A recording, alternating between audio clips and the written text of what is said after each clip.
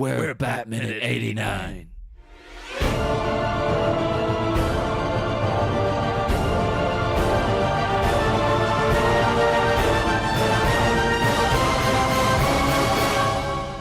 Hello and welcome one final time to Batman at 89, the show that just investigated Tim Burton's Batman 1 minute at a time. I am one of your hosts, John Parker. Well, I am the other host, Niall McGowan.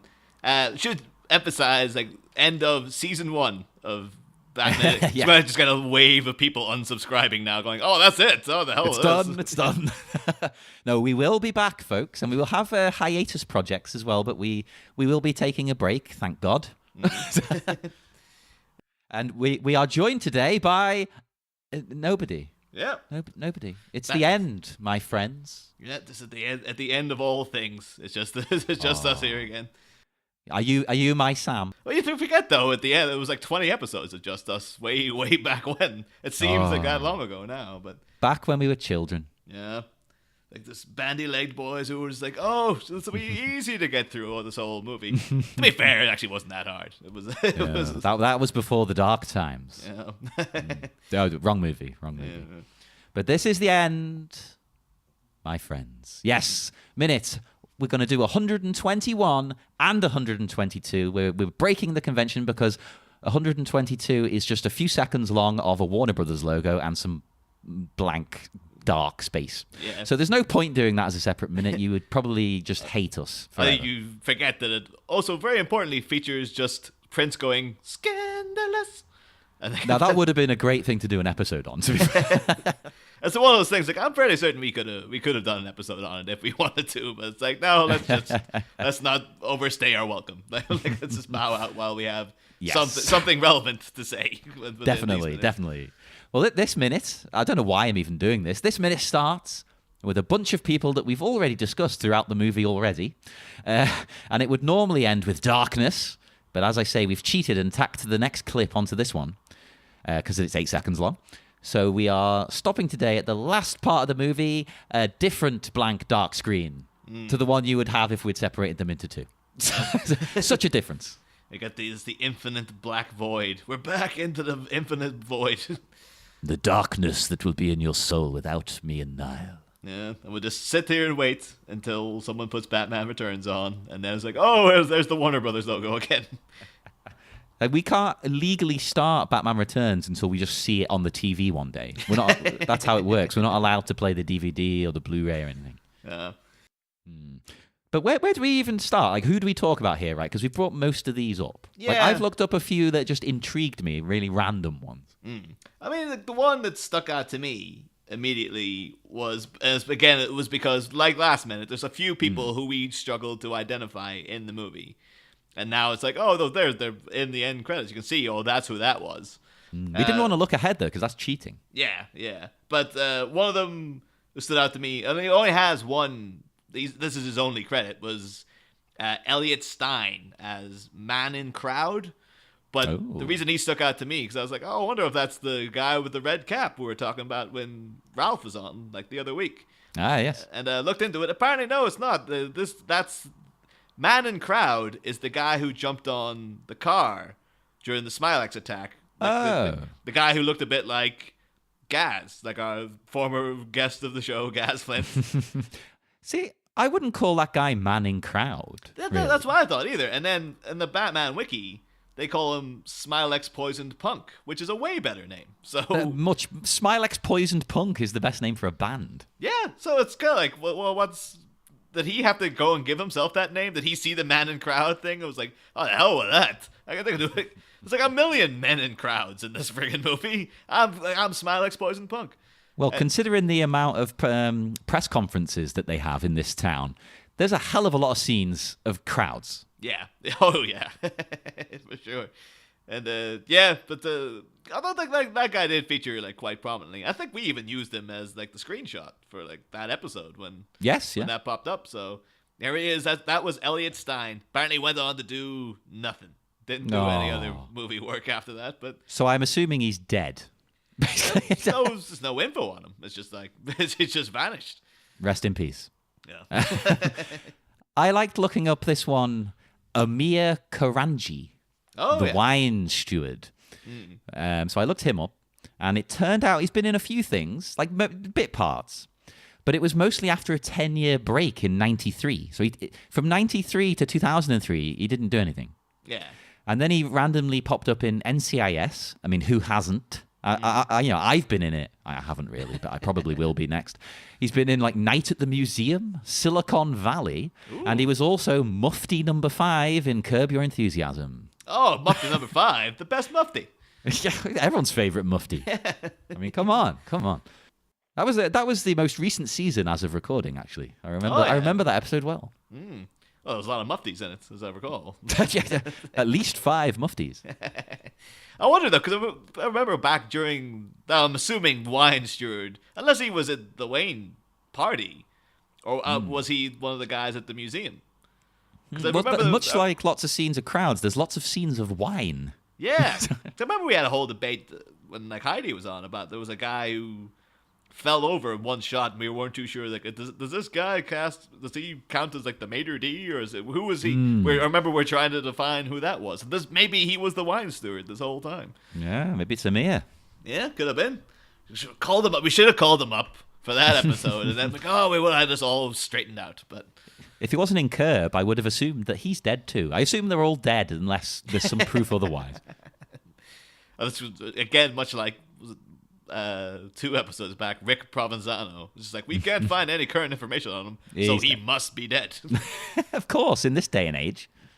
But then we move on after the final credits of cast people is the movement double, Carl Newman, who we have talked about. I looked that up as well. We both picked the same one. Oh, no, but we've talked about Carl Newman in the past already. Yeah, but I wanted some more information. But I cut this if you've already said it. I thought I found something slightly different. Now, because it was revealed online that they don't really know 100% why. I'm assuming it might just be because of quantity of work.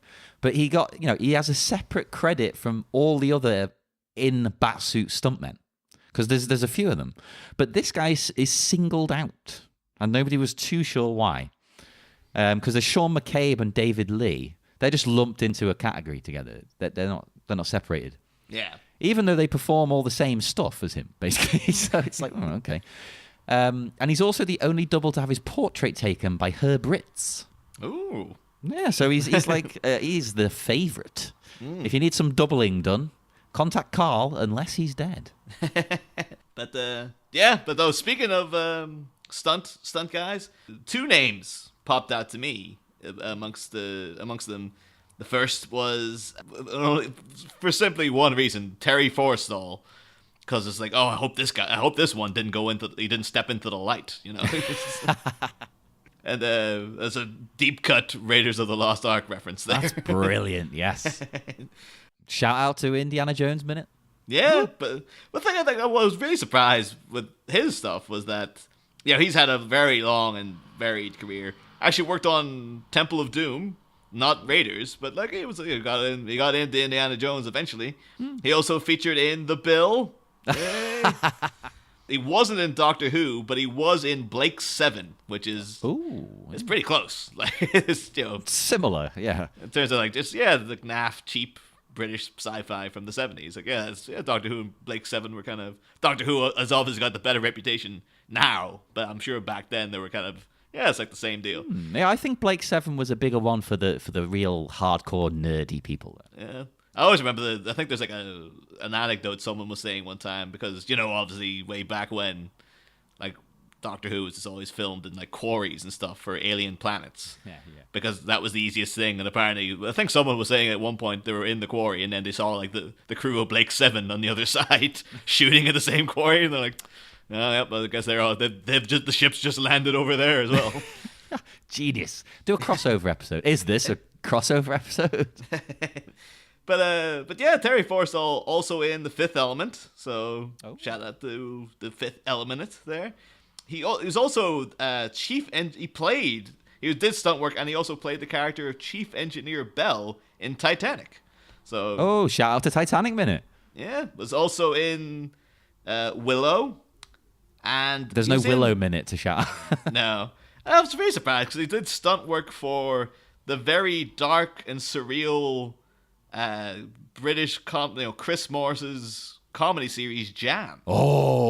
Listeners, if you haven't seen Jam and you like really dark, twisted, horrifying quasi comedy, then please watch Jam. It is fantastic.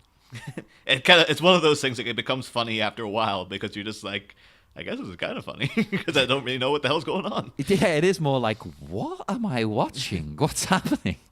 But yeah, Terry Forstall also he was also a Hawkman in Flash Gordon. So shout out the Flash Gordon minute. And then he did stunt work for Strange But True, which was one of those kind of like, I don't know what the American equivalent would be. It was like, was it Chris Tower or Michael Aspel used to come out and... I think it was Michael Aspel, wasn't it? Yeah, and he used to just had a really creepy theme tune, and then he'd just come out and then start telling you like, oh, this is a thing that's supposed to have happened in a corner of like Devonshire, and then it'd be like a story of alien abduction or something, all reenacted. And when I was a kid, it scared the absolute crap out of me, like properly traumatized. Like I have memories of like been scared to go into my house when I knew no one was in because it was dark and the house wasn't lit up. With memories of things that happened in Strange But True, certain that they were going to happen to me. So I loved the show. I thought it was fantastic. I mean, it's a good show. It just scared the crap out of me. Also, the thing with Terry Forstall, which opened my eyes to a thing I just genuinely didn't know, was that he was in Emmerdale. But I noted on Emmerdale's IMDb that it's been running since 1972. Whoa! Holy crap! I thought like Emmerdale was like a more recent soap. Like it was maybe like the late 80s or something. It's more recent than Coronation Street, at least. Yeah, but I think even Coronation Street's only like a couple of years before that. Like that's older, isn't it? That's older. I thought that was like 66 or something. I don't know if it's that old, that much older. Like maybe 10. Like it was in the 60s, so it's 10 years older at the most, probably. Yeah, the 9th of December, 1960, Coronation Street. Oh, there you go. Well, it's just 12. Well, 12. I guess that is a good chunk. But and then I did notice on Emmerdale's IMDb, apparently it only has 4.9 out of 10. The entire show of Emmerdale. One of the biggest shows in England still only has 4.9 out of... None of the Emmerdale fans are flogging to IMDb to bump up that score. I think that's a generous score for that program.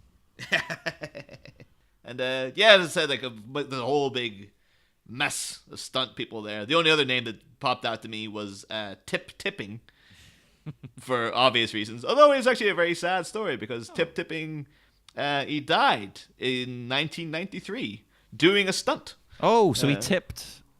he tipped his hand too much, apparently.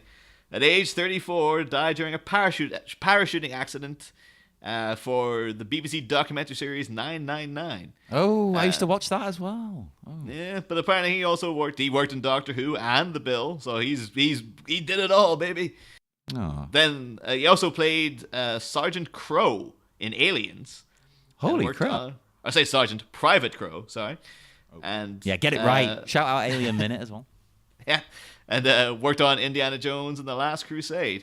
Although if you look him up, the thing that really stood out to me is that I thought like, it's a nice way to tie things back into the beginning of the movie because you can get an interview with him from the early 90s with Jonathan Ross. Oh, yeah. Where he's like, on like Jonathan Ross's talk show, whatever he was hosting back then. And just talking about stunt work. And he actually smashes a bottle over Jonathan Ross's head, like a fake one.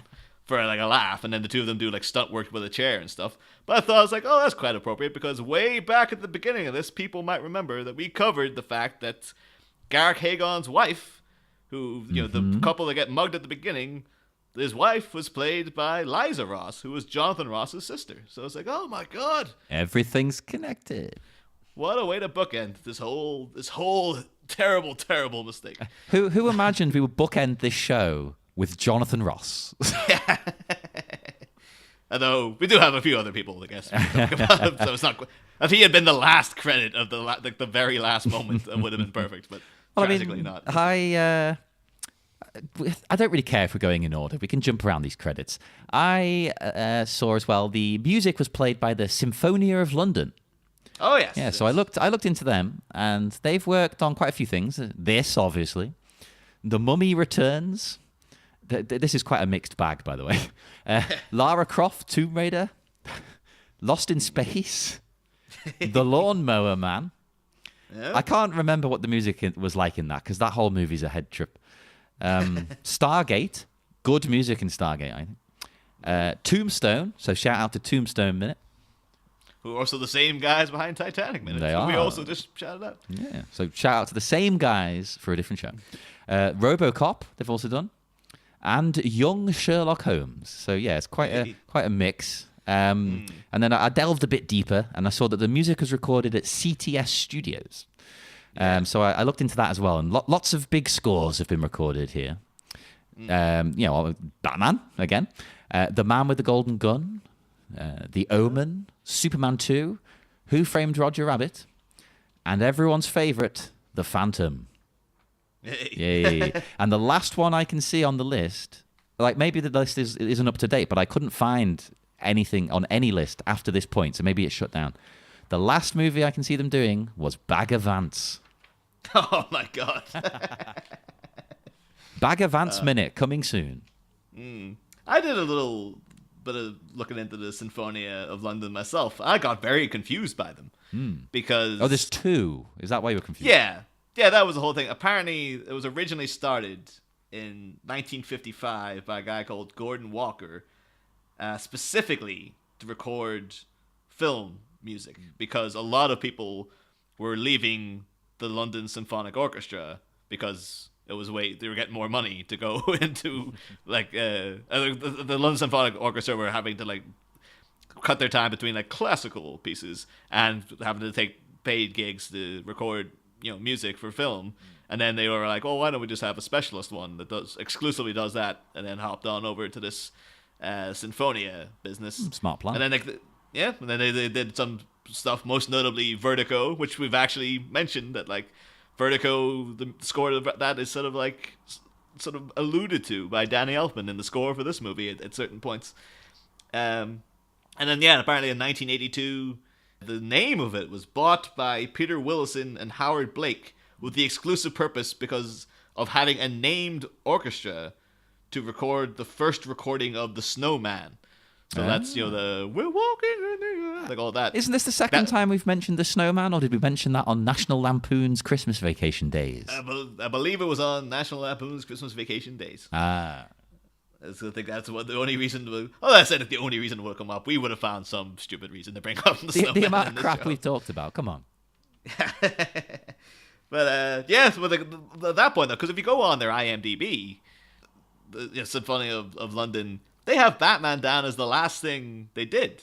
But then on the Wikipedia page, it mentions a lot of the stuff you just mentioned. So I'm like, well, where the hell is what? What's going on? There's different groups. This is the problem, I think. Yeah, because that original one that you said was founded in the 50s, was it? They disbanded, but then they're technically carried. Other people got the name and carried it on. So I think it's a similar situation. Well, then they break up, new people come in, so it's a different group, but it's the same umbrella. It depends how you judge it. It's kind of like the Guns N' Roses. It's like, oh yeah, we've got it's they call themselves Guns N' Roses, but it's only Axl Rose up until he does a proper reunion, and then it becomes Guns N' Roses, and then he gets rid of people again. And yeah, I'm not too on board with that. I once saw this really old 70s punk band. I was like, oh, cool, they were pretty good. The Lurkers. I shouldn't have said their name. That might be bad. I don't want to insult anyone. But I think the only original member was the bass player, who's now also the singer. It's well, it's not really the Lurkers. Yeah, it's a bit weird when you get into those things though, because they have the Doors still touring as the Doors, but then because Jim Morrison's not there, so you're like, well, that's not the Doors. That's technically everyone else is there. Yeah, technically, but it is he's the Doors, isn't he? Yeah, and then you still have this, the friggin' Brian May flogging the corpse of Queen to death here, but saying oh, we're Queen. It's like, no, Queen died when Freddie Mercury Yeah. died. You're Brian May and Roger Taylor. You don't even have freaking John Deacon to back you up anymore. Like it's. I think people would let him off with that if he wasn't so like he's kind of cocky about it. Like, well, it's my band. I can do what I want. It's like, oh, Yeah. okay, but like I'm not going to be interested. Well, I know that was a lot of the goodwill was lost to the Freddie Mercury biopic because then they came out and said like, well, the reason Sacha Baron Cohen left allegedly, from what I've heard, is because he was told like, oh, Freddie Mercury like dies midway through the film. And he's like, I thought it was a Freddie biopic. I'm like, no, it's a Queen biopic. Yeah. And Freddie Mercury is but a chapter in the Queen story. No, it's he's like, not. It's kind of like Brian May and Roger Taylor. I got to tell you, not a lot of people are going to want to watch the movie after Freddie Mercury dies. Well, I'm out. To be honest, if it's not just Freddie Mercury, I'm not really bothered. I'll be honest. I mean, the whole thing seems to be a complete shambles because it's all the business with Bryan Singer because he was directing it. Now it's all over the freaking. I have no idea when that thing's going to limp into cinemas, what shape it's going to be. And it's a shame because they've got Rami Malek in now, who I like a lot, but Yeah. I don't think he's going to save it. To be honest. I'm very curious to see him because, like, knowing what Freddie Mercury talks like and then knowing what Rami Malek sounds like, it's like he doesn't. How is he going to pull off the Freddie voice? Like, not just the singing voice. How is he going to put it off? Like, hello, yes, I'm Freddie Mercury. And Freddie was like really, really hoity-toity, like tofty posh. Yeah, very odd. It's startling when you first find that out as a youngster, like we are, Anywho, Well, how do we get off on that? oh, God knows. But I was thrilled to see, and I'm sure you'll all be glad to know, that the soundtrack is available on cassette. Oh, thank God. Oh. Getting with the times there. Because I mean, like the YouTube feed wasn't. Some days it might be down. You never know. A couple other credits popped up to me. A few people again we have talked about, like the Tommy Nutter doing Jack Nicholson's clothing. Obviously, would have been in conjunction with Bob Ringwood, who obviously did some designs for the Joker's wear, and then would have been made by Tommy Nutter. And then we get the Batsuit made by Vin Burnham and Paul Barrett Brown. Vin Burnham is a woman, because I thought again it was for like Vinny, but no, he is a she. What could that be? Is it short for something? I don't know, because it's VIN. So Vin. So it would have been like what, Vanessa? I don't know. I don't know. Is there a woman's name with Vin that we're missing here? I have no idea. Okay. Maybe it's a name and we're just being stupid. Yeah, it could be. Like, it literally is just, that's her name. Yeah, maybe it's just not come over here. But she's still currently working on In the Night Garden, kids TV show. She also worked for the early 90s crappy Captain America movie that had Ned Beatty in it that most people don't remember too fondly. Although I remember seeing it as a kid and once again scared the crap out of me for whatever reason. Were you just a terrified child? I think there was some bit where like the Red Skull was about, they had him on a conveyor belt or something and he was about to crush him, and that really got to me. I don't know why, but then also worked on The Fifth Element, so there you go. Hey. And worked at Solar Babies, Brazil, and Monty Python's Meaning of Life.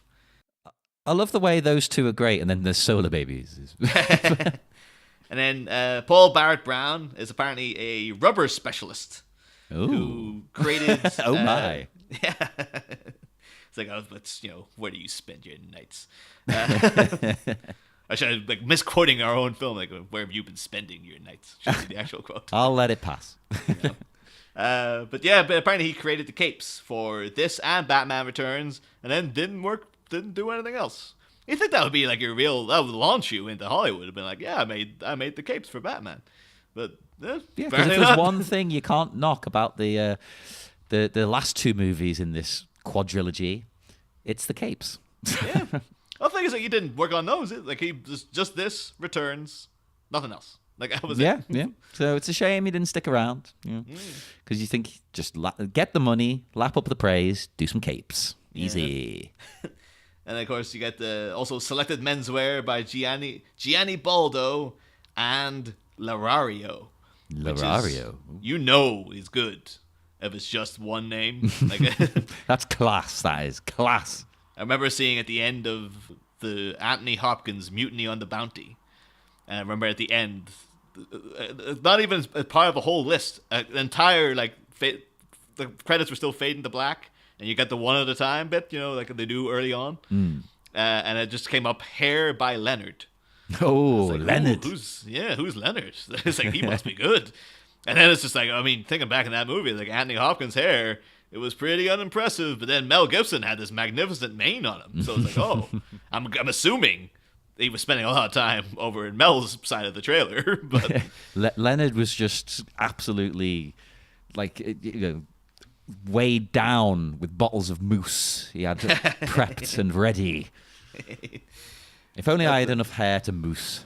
Yeah, I tried mousse way back when, but that didn't do much for me. I don't think I was using it properly. I think I was a teenager just experimenting with like, it's mousse. I didn't have the internet to hand to show me exactly how to do it. So I was just like, well, just put this in, see what happens. And nothing notable really did. Alas. Yeah. But, you got any other credits there, John, you want to pop in? No credits. I mean... Oh, well, actually, that's kind of like... One other thing I did want to say was one thing that popped out to me was that because we also have all the music credits and a lot of stuff for Prince there, and most of the songs we talked about. But I did note that they've got There'll Be a Hot Time in the Old Town Tonight, and they've got it down as like written by Joe Hayden and Theodore A. Metz, but I would have thought they would have to put in like performed by Jack Nicholson, because it is him doing the whole "Oh, there'll be a hot time in the old town tonight." Well, is it really a performance though? I think you have to do that though. Like, well, the music is there. Like, it's a performance of it. So, and they've obviously had to go and go like, "Well, we better get this cleared with legal because we're gonna put it up the credits because if that's in there, and then one of the rights holders sees that, they'll be like, what the hell? They just performed our song. You can't do that."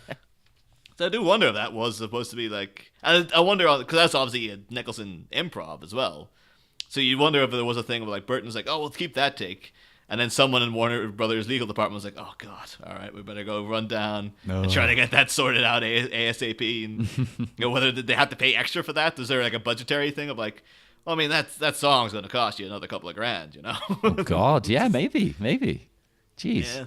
And it's just like, well, it's coming out of Jack Nicholson's pockets. But the thing is, because it works so well, like that's such a great Joker thing to do. I can imagine them being like, oh, it does really work in the scene. All right, let's cough up for it. Like, I think we should keep that. I think, yeah, basically, that's probably what it is. If Jack does something, you're keeping it.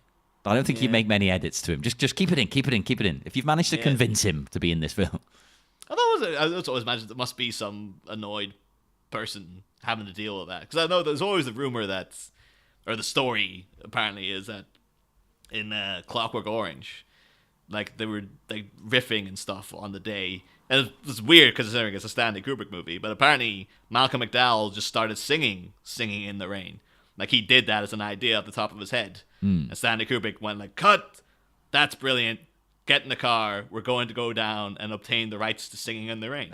I imagine, because there's a chance that There'll Be a Hot Time in the Old Town Tonight. It may have been like a public thing. Like that was just like, the copyright in that expired years ago. Just go ahead and use it. But like, I'm pretty sure the copyright to Singing in the Rain was something like pretty wrapped up pretty tight. So then that would have had to have been on a whim, Stanley Kubrick going to the Warner Brothers legal department. I want the rights to the song Singing in the Rain, and them going like, well, I mean, we're going to have to clear that with a lot of people. Yeah, do you really need it? And then it's like, yes, of course I do. It's integral. Are you sure? And it's just like then having to be like, all right, well, your budget's going to go up because that's the money someone's going to have to pay to use that. So, and then it's on the freaking soundtrack album and everything. So it's like, well, they definitely paid through the nose for that. Holy crap! It's on the soundtrack album. Yeah, it's the last track on the soundtrack album. Like, although actually, I'm just going to quickly check here. In case, like, is Singing in the Rain, is it like maybe if it's a Warner Brothers property? Oh. Maybe that's how they got around that. But maybe they owned the rights from the off. Maybe, there was a bad deal cut on. Yeah, it could one be. side, yeah. No, oh, wait, no, it's MGM. So, okay. Yeah, you would have to go to MGM going like, that one of those real classic movies like everyone associates with you. Like, well, we're Warner Brothers, and we want to take that and use it for a very unpleasant scene in our film. For the right price. Yeah. So that's the important part. But on that note, in terms of credits, I think we do. We sort of list that into that weird orb motion picture Association of America Inc. thing that you always get at the end of most of these things. And eventually then you get the Warner Brothers logo. And then we're plunged into darkness with the final screech of Prince.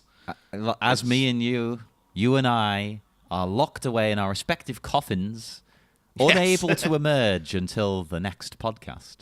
Yeah. Although, like, wheels are in motion. We've got plans already. So yes, we will have stuff in the meantime. I just want to say thank you for listening. Thank you for sticking with us. This is our first ever project, and it's been great. It's been fun.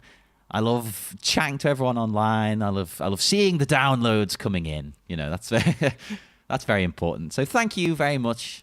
People don't know. Every time someone downloads, I get a message from John going, "Oh, someone just downloaded. Yes. Someone. Yep. There's another one. Just happened. Yep." And you know what? Every time there's a download of this show, an angel gets its wings. I was just about to say the same thing. It's a true fact. True fact. I should have been like, a bat gets his wings or something. But then I guess bats were born with wings. So I would also, while we're on the air, I would like to thank one last time here on this show the originators of this format, the ones who inspired us, the ones who pushed us into doing it, the great Pete and Alex of Star Wars Minute. I'm sure you know them, listeners. If you somehow found us first, go listen to Star Wars Minute. It's fantastic. Yeah, just like a couple of wrap-up things. I will say at the end, because I don't think we ever addressed it throughout, but I think it's a good note to end on, was just Tim Burton's Batman. What is it, like, the consensus of it if you just looked it up on the internet? And Batman from 1989, currently on IMDb, it's 7.6. It's at 72 on Rotten Tomatoes.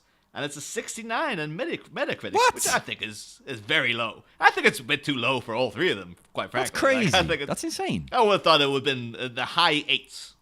But, hey, you gotta count for taste. So I'm not happy with that. Come on. Reevaluate this movie. Yes. That's what we've been doing. Everyone should do it. We've got the other ones to compare it to, because it's Returns as 7 on IMDb, but it's an 81 on Rotten Tomatoes. So it's it's bumped up. Yeah, that's fair. I think around the 80s. Yeah, then 68 on Metacritic. So these Metacritic crowd, they don't know what they're talking about. Snooty, snobby. Yeah, and then Forever and Batman and Robin. Let's just not talk about what they got. No, it'd be easier not to bother.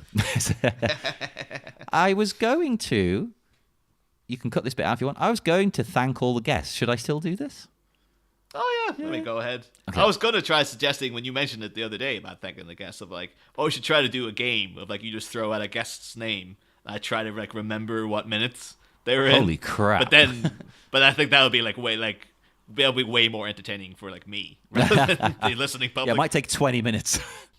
Yeah, plus it's just we spent a lot more time looking into these people and having to actually get them, whereas the casual listener, they're just disembodied voices. Yeah. So.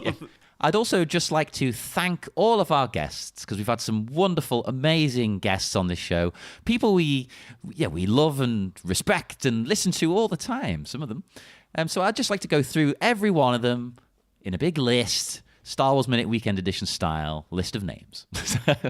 Thank you to Ricky Wiley, Gaz Flint, Dan Campling, Kit Flemons, Dale Kingsmill, Lexi Wolf, Gary Gavigan, Lauren Ashley Carter, Jack Harvey, Ash Lurchak, Briley Bishop, Sean German, Beck Hill, Crystal Beth, Scott Corelli. I'm going to speed this up. Heidi Bennett, Leela Harv, Claire York, Neil Brown, Gary Roby, Audra Wolfman, Phil Dragash, Stephanie Palacino, George Hendricks, Joel Torres, Sarah Roberts, Alex Robinson, Brady Crane, Mark Ibarra, Nathan Parnes, Kiri Callaghan, Phoebe Bottoms, Zoe Tomlin, Dave Pallas, Adam the Creator, Darth Larrick, Jake Clark, Murren Kennedy, Jessa Lowe, Molly Balin, Omar Najam, Mitch, Dando, Travis Bow, Pete Mummett, Susan Tekla-Kuglinska. God, I messed that up because I was going too fast. Ralph Atanasia. I thought that was a good delivery. It was okay. I was like, oh my God, he did it. Oh, jeez. Ralph Atanasia, Brad Mendenhall, Eric Deutsch, Chrysanthi Tan, Jesse Milestone, Darren Housted, and Niall McGowan. Hey. Oh my God, I'm on the list. And John Parker. Boo. Boo. Oh, God. Oh, my. Oh, yeah. I'm terrible. Yeah, it was. Yeah, it's great. It's just like, all of them, all terrific guests. And it was just like, it's one of those weird things now where like a year and a half ago, because some of those people I was fans of for years. I had no occasion to ever think that I'd have anything to ever say to them in person. But now it's like, oh, technically I've worked with them, so it's like, yeah, we know each other in a kind of not in like we know each other to see in the street, but we're like, oh yeah, we can be sociable with each other. Yeah. So. And I mean, really, to me, the stars of the show are the guests. So thank you all for joining us and lending your opinions and voices. I believe the plans for returns are to get more guests in sooner rather than 20 episodes of just us. Because we were finding our feet with this one, so we're like, oh, we'll try our guests later. Oh. Well, now that we're famous, I mean, Bill Clinton is coming on. We're hobnobbing with the best. Yeah, well, we did try to get a certain actress from a highly known television show, but apparently, once we were organizing it, it came out that she was a member of a secret sex cult in Hollywood, and the whole thing. So. Fell apart, so... well, in a way, that's the perfect note to end on, because the next movie's villain, he's rather sexual. Oh, yeah. We're going to be getting some dirty chat from the villain next time, folks. I thought you meant like he was really sexy. Sexual, not sexy. That was really... what the hell? Jesus, John... forget the whole, is Jack Nicholson sexy thing. It's like, what the hell? Do you think the Penguin's sexy? Well, that's our question for next season. So get thinking about it, folks. Is Danny DeVito sexy? That's what we want to know. I suppose we could say that just in case people are wondering, like, when are we coming back? Because we don't have an official date for returns coming out yet, and we've got some hiatus things in the work just yet. But as of recording, if everything goes to plan, it should be that at the end of April, we're getting the release of Batman Ninja, the anime film, in which Batman and the Joker are sent back in time to ancient Japan. And it's got Buster from Arrested Development doing the voice of the Joker. So it became imperative that we have to talk about that. Absolutely. So we're going to be hopefully doing a review of that around the week it comes out. We'll try to get in while it's hot. Get it while it's hot. Like, get in on the zeitgeist. And so that should be that's out April 24th. So end of April, early May should be the first hiatus episode, in theory, if everything goes according to plan. Yeah, definitely around then. Yeah.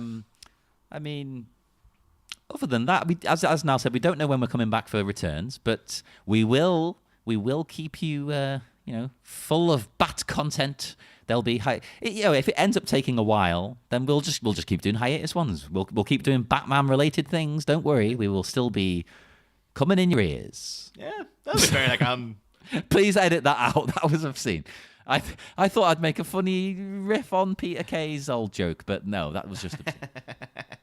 But I'm actually, weirdly enough, I've kind of since we started doing the credits, I've been kind of checked out of '89. My mind's been entirely on Batman Returns, so I'm kind of, the gears are in motion for me already. Of I'm ready to go anytime. Maybe not straight away, because all of a sudden you find out 30 minutes in, and we're like, oh my God, we should have taken a break. But, yeah, no, trust me. Scott Corelli did that with Back to the Future Minute 1 to 2. He just went straight into it. And he was like, that was the biggest mistake we've ever made. He was like, no, have a rest, have a break. Yeah, so it won't be more. I don't think we're going to, I hope it won't be too long. But it'll be, a couple of months. And as you said, we'll be keeping you full of Bat content coming. Plus, friggin', if you just want to hear me and John, you go through the Movies by Minute website now, just friggin' throw a brick at any one of these shows. There's a chance you'll get hearing one of us on them. Yeah. Usually Niall. I do less. I'm more exclusive. Yeah. No, I'm not. But yeah, I think we've got ones coming up. I know I'm on the Flash Gordon Minutes, which may be airing, I don't know, it may even be this week. I'm not too sure. And we've got a spot on Groundhog Day Minute coming up, which God knows when that'll air, but we'll be on that soon. And between now and returns, who's to say how many of these things we might pop up? Who knows? And if you're on our media feed, I'm sure we'll inform you. So, And if you're not, I mean, that's another way of staying in touch. Join us at the Batminute89 Listener Society, or send us a tweet at Batminute89. And one last time, ladies and gentlemen, for now, review us on iTunes. Yes, do it. Lots of reviews. But, I mean, before we head off into the dark, dark night, Niall, one last time, you want to get nuts? Come on. Let's get nuts. Next season. What's this? A film that grossed $411.3 million goes on to have a sequel commissioned? But as a cat woos the bat and a foul fiend makes things burn, baby, burn. What will happen next film when Bat Minute returns? Find out next season, same Bat Pod, different Bat Minute.